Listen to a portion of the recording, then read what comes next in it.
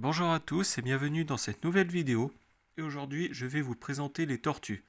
Donc les tortues, qu'on appelle aussi chéloniens, font partie d'un ordre de vertébrés tétrapodes. Donc ils ont comme caractéristique d'avoir une carapace, comme vous pouvez le voir dans cette vidéo. Donc on a aussi on les sépare traditionnellement en trois groupes.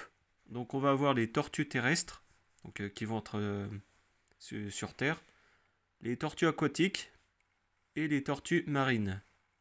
Donc les tortues sont ovipares, c'est-à-dire qu'elles vont pondre des œufs, et les pontes ont lieu tous les 10 à 12 mois. Les jeunes vont grandir très vite, puis leur développement va se ralentir. Selon les espèces, il existe des tortues strictement végétariennes, qui mangent que des végétaux, et d'autres qui vont être uniquement carnivores ou piscivores, et d'autres qui vont être omnivores, c'est-à-dire qu'elles mangent de tout. Donc elles ont un cou qui vont sous le bord de leur carapace et qui vont donc se distinguer d'autres espèces. Il y a donc à partir de décembre 2019 14 familles de tortues qui sont reconnues, en tout avec 86 genres, donc c'est quand même assez énorme, et 343 espèces.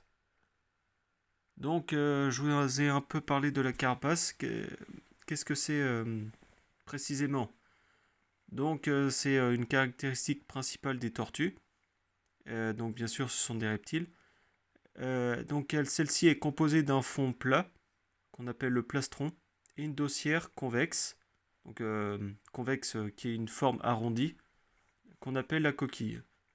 Ces deux parties sont réunies latéralement par deux ponts osseux et il reste donc une ouverture à l'avant qui permet donc de laisser passer la tête et les pattes antérieures avec une ouverture à l'arrière d'où sortent les pattes postérieures et bien sûr la queue.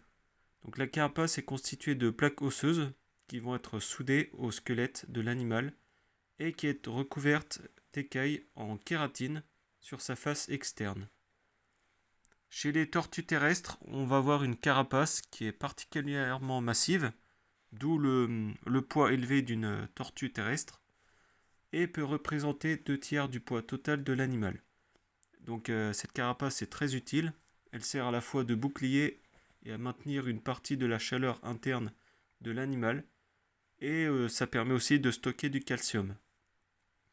Donc bien sûr, il y a certains motifs sur cette carapace, donc sur la dossière, donc qui constituent un mode de camouflage disruptif qui va leur permettre de passer inaperçus auprès de leurs prédateurs. Donc bien sûr, il y a comme les organes aussi. Elles n'ont pas d'oreilles externes et les oreilles internes sont situées derrière les œufs. Elles ont bien sûr pas de dents et c'est remplacé par un bec. Donc voilà, j'en ai terminé avec la vidéo et je vous dis à la prochaine.